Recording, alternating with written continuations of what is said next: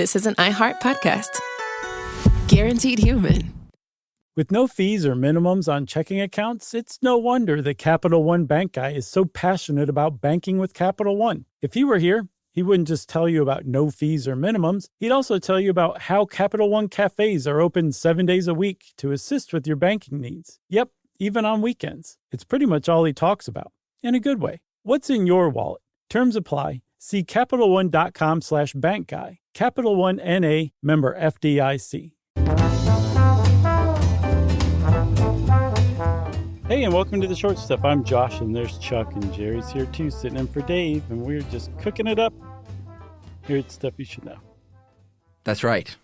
We've talked about Waffle House here and there quite a bit over the years, and I was going to do a full Waffle House episode. That was in the pipeline. Maybe still, but maybe not after this. I feel like we've taken a pretty good chunk out of what would have been a Waffle House episode. Agreed. Well, because we're talking about the Waffle House Index. And yes, there's plenty of interesting stuff about the Waffle House, but I would argue that the Waffle House Index is possibly the most interesting thing about the chain of what everyone in the South or Southeast knows is 24/7 restaurants that are legendary for staying open against all odds. That's right. And a lot of restaurants and chains may claim to be open 365 days a year. And they, a lot of them are in general. But the Waffle House in particular prides itself and has taken great efforts to really stay open. Like It's got to be and as you'll see with the Waffle House Index, if a Waffle House is closed, that is very bad news for the area that place is in because they stay open at all costs. Yeah, and they don't just stay open at all costs because they couldn't care less about their staff and they're just greedy and want to make money. This is actually like by design. There's a corporate mandate ideology. Sure, mandate works, ideology. Sure. That Waffle House should serve as essentially a community center during disasters. And during normal times, they're just Waffle Houses. But during a natural disaster in particular, you should just stand back and watch them go because they have actual plans that the company has developed to figure out how to stay open to serve the community. Yeah, for sure. We're going to talk about a few of them here and there. One of them is they have a limited menu, and it's not like, oh, what do we have on hand? It's like, all right, we're going to, I don't know what they call it on the inside, but let's just say like we're going to plan B or something, and that means we're switching to the official limited menu when there are food shortages, when the power's out and stuff like that. Most, I don't think all of them do at this point, but most of them, and I'm sure they want to have them all on backup generators. That's been a thing for a while. So if if the power's out, you can still probably go to a Waffle House and not only get power, but get a hot meal. Yeah, whether you're like somebody whose house just got ravaged or a first responder helping people whose house just got ravaged. Or just hungry. It's a really important thing that you just totally overlook. Like if your kitchen is gone and all of the other restaurants in town are shut down, having a Waffle House open is a really, really big deal. And they have like actual what are called Waffle House jump teams that can show up. Parachuters. They parachute in. They do parachute in. And I hope they have better names for these things than Plan B. I hope it's more like Plan Dark Star or Plan Sorcerer's Sleeve or something like that. Okay. Better than Plan B. But they parachute in, like you said, and they will open a Waffle House faster than you can say Waffle House. Yeah, that's right. Wait, hold on. Faster than you can say scattered, covered, smothered, and chunked. I know I've asked you how you got yours. How do you get yours? Your what hash I browns? just said.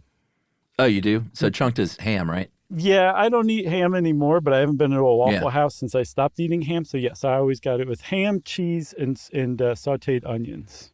Yeah, I think I told. I mean, I just get mine straight up. I'm the weirdo that gets unadorned hash browns at Waffle House. But I do get a double order because two of those, one isn't enough. Yeah, agreed. But I don't go anymore. I think I mentioned on an episode last time I went, it was actually with Hodgman after he went camping with a group of dudes here on the way out. I was like, we're stopping at Waffle House, right? And he went, oh, yeah. Yeah. We definitely are. And you don't go anymore? No, I mean, I that was the only time I've been in years. I see. I got you. I thought you were I mean, saying I like love- you don't want to replace that memory with another. Oh, no. memory, so you That, just wanted that to was do- just a year and a half ago. But it's just not, I went a lot in college, like, late night after the bars. But, Right. You grow up a little bit and you realize you can't eat Waffle House every week. That's true. It's a sad realization, everybody. It's coming your way, though, if you're young. Yep. So I say we take a break and come back and talk more about this Waffle House index and what it is and where it came from. All right, let's do it.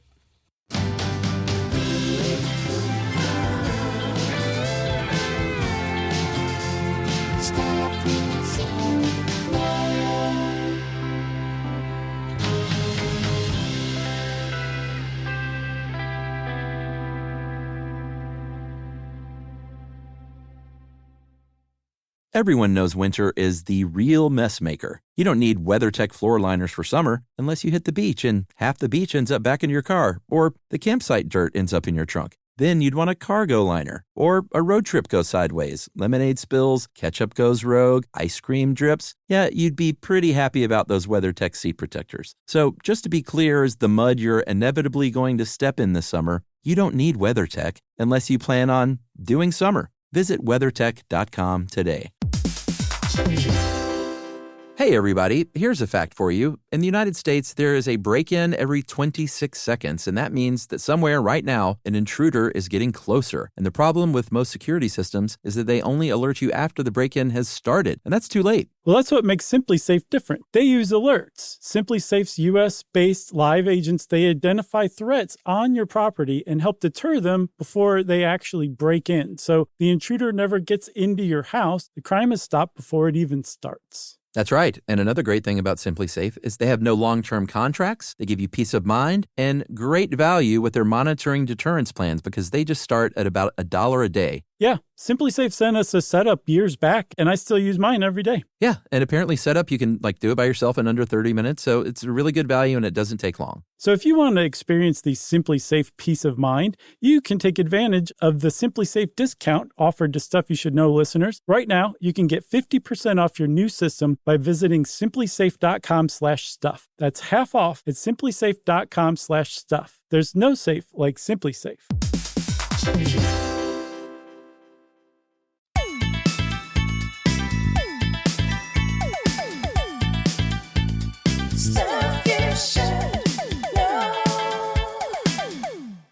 So, we talked about Waffle House being set up with generators and jump teams and limited menus. They also have temporary warehouses where they can store stuff, on that limited menu at least. And this all started after Hurricane Katrina in 2005. I think 7 of the restaurants were completely destroyed, very sadly. 100 of them shut down, but they got up and running again very, very fast. And the company basically decided, hey, this is such a valuable thing. We need to come up with that official plan, like a literal book of how to open as quickly as possible during an emergency or stay open during an emergency. Yeah, for sure. Not only did they come up with the book, that's when they figured out, okay, what kind of limited menu can we come up with? How can we store it? They identified local temporary food storage they could use that was, I'm sure central to a number of Waffle Houses, not one for each one. And we're just basically ready. It's called disaster preparedness. I had no idea about this. I really just thought Waffle House just stayed open just out of sheer will until I researched this. But they have a disaster preparedness plan. And apparently other companies do in the United States too, like Lowe's and Home Depot will, because people need lumber and shovels and hammers and stuff because theirs blew away and they need to rebuild. And probably also more like generators and gas cans and so on and so forth. I don't know why I'm staying on this list, but Waffle House isn't the only one, but they're just part of a handful of companies who've essentially made themselves like de facto essential operations for post-disaster preparedness stuff. Yeah, for sure, which leads us finally to the Waffle House Index, which is a pretty unique thing. It was the brainchild of a guy named Craig Fugate, who was the FEMA administrator back in the early 2010s, and he had that position after the Joplin tornado of 2011 in May of that year. And he had kind of had this idea for a little while because he had noticed after various hurricanes that Waffle House was one of, if not the only thing open. Mm-hmm. And he started to notice this sort of trend like, hey, your community doesn't have water, you don't have power, yet the Waffle House was open. And he started looking at maps and realized that, like, hey, if you actually look at where the weather hit it the hardest and the damage was the most severe, you can kind of rate that according to whether or not that Waffle House is either open, closed, or serving a full menu, limited menu, and just how they're doing. And he really, that was sort of like the light bulb above the head moment when he said, this could be a real thing. The Waffle House Index could really help us out. Yeah, and I mean, it's as simple as like calling the local Waffle House in Tampa after a hurricane just passed through and saying, are you guys still open? And if they don't answer the phone, there's trouble in that community. And he was saying, like, that's where FEMA should start sending its people first, because that's as bad as it gets if the Waffle House isn't open. And they actually color-coded it. There's green is the best part of the index. It means that your Waffle House is totally fine. Maybe there's like a cracked window, but everything else is good and everyone in the community can come there. Yellow has a limited menu, and they're probably using a generator. And then red is like, it's closed. The Waffle House is toast. Come here because this is the community that's hardest hit. That's how like dedicated Waffle House is to staying open. That if they're closed, FEMA knows that that's where you should go first. Yeah, absolutely. You don't get the red index a lot, but again, if you do, then that's the really bad sign. If they know a hurricane or something like that is coming, and they there's evacuation orders and stuff like that, mm-hmm. If it's mandatory, a Waffle House might close, but the very first chance they get to open that thing up, they're going to open it back up. There's this really great story I read on the Waffle House blog. In Weldon, North Carolina, back in 2011, Hurricane Irene passed through there. And the local Waffle House lost its power, but the gas was still going to the grill. And so the Waffle House stayed open and was cooking for people as long as it was light enough for them to see what they were doing. And then when it just became too dark to keep going, they closed and then opened at first light at dawn. Yeah, I love that story, but I was so ready when I was reading it to hear they cooked by candlelight through the night. Yeah. Sorry, Chuck. I didn't say I expected them to. I just that would have been even more amazing, but maybe also dangerous. So that might have had something to do with it. Or maybe they just didn't have candles, and then the Waffle House employee or the manual afterward was like, buy candles. Make sure you have plenty of candles. We learned from Hurricane Irene. I looked up, by the way. I tried to find that they have a mobile emergency. What is it? It's like an RV, like a command center. Yeah, but the only thing I could find looked like a food truck. Oh, is that right? Yeah, I mean, I tried to find a picture, and everything, it just kept showing me this food truck. And I couldn't, when it was called a command center, I was like, is it dressed to look like a Waffle House? Because it looks like a little tiny Waffle House. Oh, does it? And is there like communications inside? Or are they showing up and cooking? Like I couldn't figure that part out. If it is a food truck, though, there's 100% chance that they're serving empanadas. Right. even from the Waffle House food truck. But they have a great nickname for it, though, at least. Yeah. What was from Stripes? What would they call it? The EM50, which is apparently the assault vehicle that Bill Murray drives in Stripes, was the EM50. Yeah. I never got into that movie. Liked it or saw it all the way through? Saw it all the way through. Oh, Stripes is great, I think. It's a movie in two parts, so the first half is a lot better than when they go on the mission in the RV. Gotcha. Okay.